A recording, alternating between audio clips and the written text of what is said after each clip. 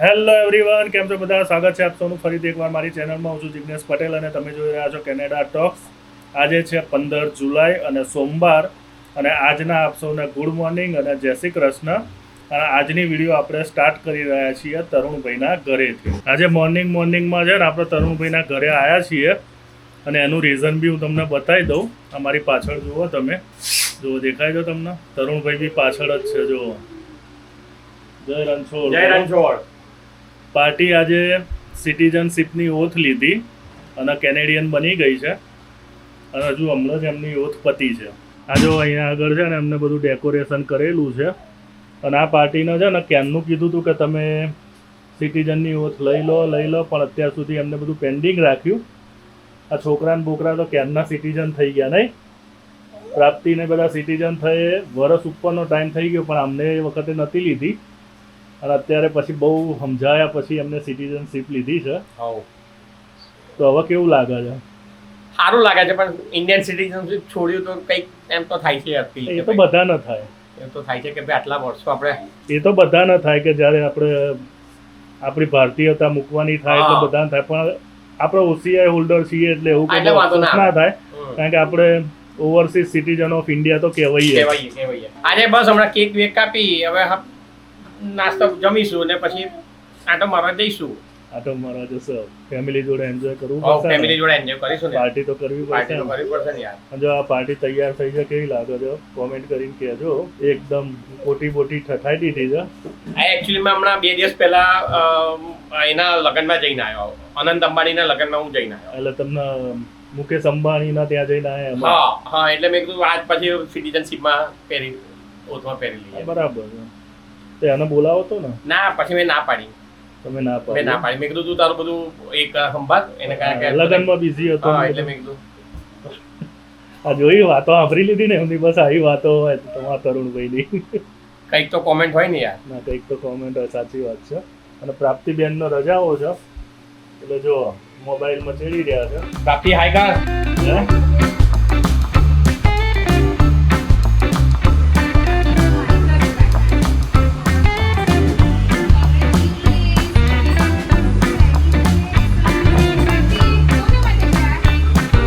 તરુણભાઈના ઘરે આવીએ ને એટલે જમ્યા વગર પાછા જવા નહીં દેતા. અને જો એમને શું જમવામાં આપ્યું છે એ બી હું તમને બતાવું. આ જો અત્યારે છે ને ફૂલ ભાણું એમને તૈયાર કરીને આપી દીધું છે. અને અમે જો આ ઓરિજિનલ આપણા ઇન્ડિયન ડ્રેસમાં આવી ગયા કમ્પ્લીટ રીતે. અમે આવી ગયા છીએ ફોટો પડાવવા માટે અહીંયા આગળ, કારણ કે હવે પાસપોર્ટ કરાવવાનો છે, એટલે પાસપોર્ટનો ફોટો પડાવવાનો હતો. તરુણભાઈએ ફોટો પડાવી દીધો. જો પાર્ટી કેવી ખુશ લાગે છે. It's my pleasure. Yeah. We do passport photo, medical card, we do immigration, we do good service for the customer, and we do OCI for the Indian. OCI, that I know. તો જો આ અહીંયા photographer છે, photo જુવાલ. એમને ત્યાં બધી સાઈડના photograph મળે છે. પાસપોર્ટના, Indian passport, surrender certificate, Canadian passport બધા અવેલેબલ છે. તો જેને પણ આવવું હોય તો એમનું આ કાર્ડ છે. આ વિડીયો જે પણ લઈને આવશે એને ડિસ્કાઉન્ટ આપશે. તો ભાઈ આ તરુણભાઈના મિત્ર હતા, એમના ત્યાં આપણે અત્યારે ફોટો પડાવી દીધો. બતાવો તો ખરા તમારો ફોટો કેવો આવ્યો? તરુણભાઈનો ફોટો જોઈ લો, હીરો લાગે છે ભાઈ. છે તો લાગે જ ને ભાઈ. જો અહીંયા આગળ છે ને 10 રૂપિયામાં વાર કાપે છે, અને તરુણભાઈ અહીંયા વાર કપાવે છે. નહીં તરુણભાઈ? ના, હું છે ને ફારીદમાં કપાવું છું. ત્યાં ઉપર છે, જો પેલો એ બાજુ ઉપર છે. ઓકે, ત્યાં આગળ કપાવો છે એમ. એ કેટલા લે છે? $20 લે છે. $20 લે છે. અને અત્યારે $10 સ્પેશિયલ ઓપનિંગ સ્પેશિયલ છે એમ, હમણાં ચાલુ કર્યું લાગે છે ને. તો જો ભાઈ જે નવા આવેલા છે ને એમના વાર કપાવો હોય તો એ $10 કાપે છે. અહેમદ સલૂન નામ છે, જીન તાલો વેસ્ટ ઉપર છે. અને અહીંયા આગળ જો આપણા ટેલરની શોપ છે દેશી, એટલે ટેલરિંગના રિલેટેડ બી કંઈક કામ કરાવવું હોય ને તો તમને અહીંયા આગળ ટેલરિંગની બી શોપ મળી જશે. અને અહીંયા આગળ છે ને $1 ટી અને કોફી બધું મળે છે. બધા આ રીતે છે ને આપણા બધા ઇન્ડિયનો આ રીતે બિઝનેસ કરતા હોય છે, અને અહીંયા પર આ રીતના બધા બિઝનેસ છે. જુઓ આપણા એકચ્યુઅલી છે ને આપણે અત્યારે પાર્ક એક્સટેન્શન પર છીએ. તરુણભાઈ જે એરિયામાં રહે છે ને એ આપણો પ્રોપર ઇન્ડિયન એરિયા છે. અહીંયા જેટલા બી બિઝનેસ છે ને એમાં મોટા ભાગના બધા ઇન્ડિયા અને સાઉથ એશિયન કન્ટ્રી જે છે ને એ બધાના છે. તમે જુઓ. અને અત્યારે જો તાલો કે જીન તાલો જે કોઈ મેઇન સ્ટ્રીટ છે આ એરિયાની, એની ઉપર આપણે છીએ. આપણે ગાડી અહીંયા આગળ મૂકી દીધી છે. સામે બધા માર્કેટ છે આપણા, ફોટો પડાવવો હોય તો અહીંયા ફોટો છે. અને આ બાજુમાં જે ઇન્ડો પાર્ક લખ્યું છે ને એ ટ્રકની સ્કૂલ છે. કાર અને ટ્રક ડ્રાઈવ તમારે શીખવું હોય ને તો એના માટે છે. અને આ બધી આપણી દેશી સ્ટાઇલના કુર્તાન બુર્તાન એવું બધું લેવું હોય ને તો એ બધું અહીંયા તો તમને મળી જાય એ રીતની દુકાનો છે. તો એકંદરે છે ને આપણો આખો બધો કહેવાય ને ઇન્ડિયન કોમ્યુનિટીનો એરિયા છે. અહીંયા આગળ તમને ઇન્ડિયન કોમ્યુનિટીના રિલેટેડ જે બી વસ્તુ જોતી હોય ને એ બધી મળી જાય. જો તરુણભાઈને છે ને એમના જીન્સની સિલાઈ કરાવવાની છે કે એવું કઈ વસ્તુ કરાવી છે, એના કારણે અંદર પૂછવા માટે ગયા છે. પણ પાર્ટી છે ને આજે ફોર્મમાં છે, કેનેડિયન બની ગઈ છે ને એટલે અત્યારે પાવરમાં આવી ગઈ છે. તો ફાઇનલી આજે તરુણભાઈ છે ને કેનેડિયન સિટીઝન બની ગયા છે. ઘણા ટાઈમથી અમે લોકો એમને કે કરતા હતા, પરંતુ એ છે ને ટાળતા રહેતા હતા. પરંતુ ફાઇનલી આજે એમને ઓથ લઈ લીધી છે. હવે સમજો ને કે ભાઈ 3-4 દિવસમાં એમનું સિટીઝનશીપનું સર્ટિફિકેટ આવી જશે અને એના પછી પાસપોર્ટ માટે એપ્લાય કરવાનું થશે. અને પાસપોર્ટ માટે એપ્લાય કરશે ને એના 2 અઠવાડિયાની અંદર તો પાસપોર્ટ બી આવી જશે. એટલે એના પછી કમ્પ્લીટ કેનેડિયન સિટીઝન થઈ જશે. અને એના પછી થોડી 2-3 પ્રોસિજર હોય છે, જેમાં આપણો ઇન્ડિયન પાસપોર્ટ હોય ને ઇન્ડિયન પાસપોર્ટ સરેન્ડર કરાવવાનો થશે અને પછી OCI માટે એપ્લાય કરવાનું થશે, કે જેની અંદર છે ને આપણને પાસપોર્ટ જેવી જ એક બીજી બુકલેટ મળે. કારણ કે ઇન્ડિયા છે ને આપણે ડ્યુઅલ સિટીઝનશીપ સપોર્ટ નથી કરતું, પણ આપણને એઝ એ ઇન્ડિયન આપણને એક છે ને ઓવરસીઝ સિટીઝન ઓફ ઇન્ડિયા એમ કરીને એક OCI કાર્ડ આવે. એ OCI કાર્ડ આપણને મળે, જેના કારણે આપણે ઇન્ડિયા જવું આવવું હોય કે ગમે ત્યારે બી આપણે ઇન્ડિયાની વિઝિટ કરવી હોય તો આપણે વિઝા લેવાની જરૂર નથી. કારણ કે આપણે ઓલરેડી બાય બોર્ન ઇન્ડિયાના નાગરિક છીએ એટલા માટે. એટલે એ ફેસિલિટી આપણી ઇન્ડિયન ગવર્મેન્ટ આપે છે. એટલે ડ્યુઅલ સિટીઝનશીપની એવી કોઈ જરૂર પડતી નથી. પણ ફાઇનલી તરુણભાઈ સમજો ને કે આજે કેનેડિયન સિટીઝન થઈ ગયા છે. અને કેનેડિયન સિટીઝન થયા પછી સૌથી મોટામાં મોટો બેનિફિટ છે ને તો એ છે ને કે ભાઈ આખી દુનિયામાં છે ને તમે ફરી શકો ફ્રીલી. 186 કન્ટ્રી એવા છે કે જ્યાં આગળ તમારે વિઝા લેવાની જરૂર નથી. 186 કે 183 એક્ઝેક્ટ આંકડો તો મને બી નથી ખબર, કારણ કે એ બદલાતો રહેતો હોય છે. પરંતુ એટલા કન્ટ્રીમાં જવા માટે છે ને તમારે વિઝા લેવાની જરૂર નથી. એટલે એવું સમજો કે આખી દુનિયા ફરવી હોય ને તો કેનેડાના પાસપોર્ટ ઉપર તમે ફરી શકો. પણ અમુક જ દેશો એવા છે કે જે આપણે જવાનું વિચારતા બી ના હોય એમ, જેમ કે નોર્થ કોરિયા છે કે પછી અમુક બીજા એવા ચીન છે કે આ બધા દેશોના વિઝા તમારે લેવા પડે. ઇન્ડિયાના બી લેવા પડે, પણ આપણે તો બાય બોર્ન ઇન્ડિયન સિટીઝન છીએ જ એટલે આપણે એ લેવાની બી જરૂર નથી. પરંતુ એ જે કન્ટ્રી જેના જોડે કેનેડાના રિલેશન સારા ના હોય એના વિઝા લેવાના થાય. અને એવા છે ને ગણ્યા ગાંઠ્યા દેશો છે, જેમાં અમુક દેશો જે આફ્રિકાના છે કે એવા છે કે જ્યાં આગળ તો આપણે જિંદગીમાં કદી જવાનું વિચારવાના બી નથી. એટલે એવા બધા દેશો ના છોડતો છે ને આખી દુનિયાના બધા દેશોમાં તમારે ફરવું હોય ને તો તમારે ખાલી ટિકિટ લઈને બેસી જવાનું થાય. કેનેડિયન પાસપોર્ટ ઉપર તમે આરામથી ફરી શકો.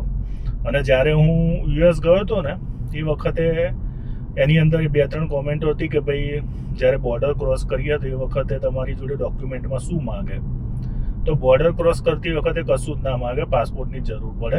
ઇન્ડિયાના હો કે તમે કેનેડાના સિટીઝન હો, કોઈ બી હો, જ્યારે તમે બોર્ડર ક્રોસ કરો ને એટલે પાસપોર્ટ સિવાય બીજા કોઈ ડોક્યુમેન્ટની જરૂર ના પડે. તમારી જોડે ઇન્ડિયાના હો તો તમારી જોડે કે અમેરિકાના વિઝા હોવા જોઈએ કે બીજા કોઈ બી કન્ટ્રીના હો. અને એ જો અમેરિકા જોડે એનું ટાઈઅપ ના હોય તો તમારે એના વિઝા લેવા પડે. બાકી તમારા જોડે વિઝા હોવા જોઈએ, કાં તો પછી તમારી જોડે કેનેડિયન પાસપોર્ટ છે કે એવું રીતનું હોવું જોઈએ તો તમે એ પાસપોર્ટ બતાવીને જઈ શકો. અમારા કેસની અંદર અમારે ખાલી પાસપોર્ટ બતાવીને નીકળી જ જવાનું હતું. જેમ આપણે તમને ખબર હોય કે અમદાવાદમાં કે અમદાવાદથી મહેસાણા જતાં આપણે ટોલ ટેક્સ ઉપર કેવી રીતે આપણે પૈસા ભરવા માટે ઊભા રહીએ, બસ એવી રીતે ઊભું રહેવાનું. પાસપોર્ટ બતાવવાના, પાસપોર્ટ જોઈ લે અને પછી એ લોકો તમને 2-3 સવાલો પૂછે અને પછી જવા દે. અને એ બી કેવું છે કે તમે કેટલી વાર ગયા આવ્યા છો ને એની ઉપર ડિપેન્ડ છે. હું છે ને પર્ટિક્યુલરલી વાત કરું ને તો હું તો જ્યારે ટ્રેકિંગ કરતો હતો ને તો સવારે બોર્ડર ક્રોસ કરું, રાત્રે પાછો આવું, પાછો બીજા દાડે સવારે પાછો બોર્ડર ક્રોસ કરું. એવું તો હું ઘણી વખત યુએસ કેનેડા કર્યું. 1-2 દાડા યુએસમાં હોય, 1-2 દિવસ કેનેડામાં હોય, આવી રીતે ફરવાનું થતું. એટલે મારા પાસપોર્ટમાં તો બહુ બધી એન્ટ્રી હતી, જોકે એમાં એન્ટ્રી પાસપોર્ટમાં ના પડે, એમની સિસ્ટમમાં ડિજિટલી જે બધું રેકોર્ડ થતું હોય. કારણ કે એ વખતે મારી જોડે ઇન્ડિયાના પાસપોર્ટ ઉપર મેં વિઝા લઈ રાખેલા હતા, એટલે બધી એન્ટ્રી એમનામાં રેકોર્ડમાં હોય જ. એટલે એમને ખબર હોય કે ભાઈ આ પર્સન ફ્રિકવન્ટલી આવી જાય કરે છે અને શાના પર્પઝથી કરે છે એ બી એમને ખબર હોય. એટલે જે રેગ્યુલર જતા હોતા હોય ને એના જોડે ક્વેશ્ચન આન્સર બહુ ઓછા હોય. અમુક લોકો એવા બી છે કે જે લોકો કેનેડામાં રહેતા હોય, યુએસમાં જોબ કરતા હોય, યુએસમાં રહેતા હોય, કેનેડામાં જોબ કરતા હોય, તો એ લોકો રોજ અપ એન્ડ ડાઉન કરતા હોય. એના માટે છે ને ફાસ્ટ કાર્ડ જેવી સર્વિસ હોય કે એમને પછી રોજ વિઝા અને આ બધી ડોક્યુમેન્ટ આ બધી કૂટ કરવાની જરૂર નથી. એક ફાસ્ટ લેન કરીને એક અલગથી જ લેન હોય, એની અંદર એ લોકોનો ટેગ લગાવેલો હોય, એનો ફાસ્ટેગ કે એ લગાવેલો જ હોય, એટલે સીધું એમને ત્યાંથી જ નીકળી જ જવાનું હોય. એટલે એટલું ઇઝી છે. જો તમારી જોડે વિઝા હોય કે એ રીતનું હોય ને તો પછી કંઈ બહુ તકલીફ નથી પડતી. અને સવાલો પૂછવાની અંદર તો છે ને જનરલી એટલું પૂછે તમને કે તમે ક્યાં જઈ રહ્યા છો, શાના માટે જઈ રહ્યા છો. ફરવા જતા હોય તો એમ કહી દેવાનું ફરવા જવાનું છે. ધારો કે અમે જતા હતા તો અમે ખાલી લોંગ ડ્રાઈવ ઉપર જતા હતા, તો મેં કહી દીધું કે અમે તો ખાલી લોંગ ડ્રાઈવ માટે જઈએ છીએ. તમારે રોકાવાની ગણતરી હોય તો એમને ખાલી કહેવાનું હોય કે રોકાવાની ગણતરી છે. ના હોય તોય વાંધો નહીં, કહો તોય વાંધો નહીં. એવું કંઈ જરૂરી નથી કે કમ્પલસરી તમારે રોકાવાનું કીધું એટલે તમારે રોકાવું જ પડે એવું બી નથી. પણ એમના જોડે એક બેઝિક ઇન્ફોર્મેશન રહે કે તમે કયા પર્પઝથી જઈ રહ્યા છો. અને બીજી વસ્તુ 2-3 ક્વેશ્ચન એવા છે કે જે જનરલી બધા પૂછતા હોય છે બોર્ડર ઉપર, જેની અંદર તમારે જે એના રિસ્ટ્રિક્શન છે કે ભાઈ વેજીટેબલની અમુક આઈટમો તમે ના લઈ જઈ શકો, કે પછી અમુક બી કે એવી બધી વસ્તુ ના લઈ જઈ શકો, કે પછી છે ને $10,000 વધારની તમારી જોડે કેશ હોય તો તમારે ડિક્લેર કરવી પડે. તો એ બધા રૂલ્સ અને રેગ્યુલેશન હોય એ પ્રમાણેના ક્વેશ્ચનો તમને પૂછી શકે. એવું જરૂરી નથી કે દરેક ક્વેશ્ચન લાઇન ટુ લાઇન પૂછે બી ખરા, ના બી પૂછે. એ બધું ડિપેન્ડ છે તમારા જે ત્યાં જે ઓફિસર હોય બોર્ડર સિક્યુરિટીનો એના ઉપર ડિપેન્ડ છે. એને લાગે કે પૂછવા જેવું છે તો જે તમને પૂછે, પણ જનરલી 3-4 સવાલથી વધારે નથી પૂછ્યા. ખાલી એટલું પૂછે ક્યાં જવું છે, શું કરવું છે, પછી પાછા આવીએ.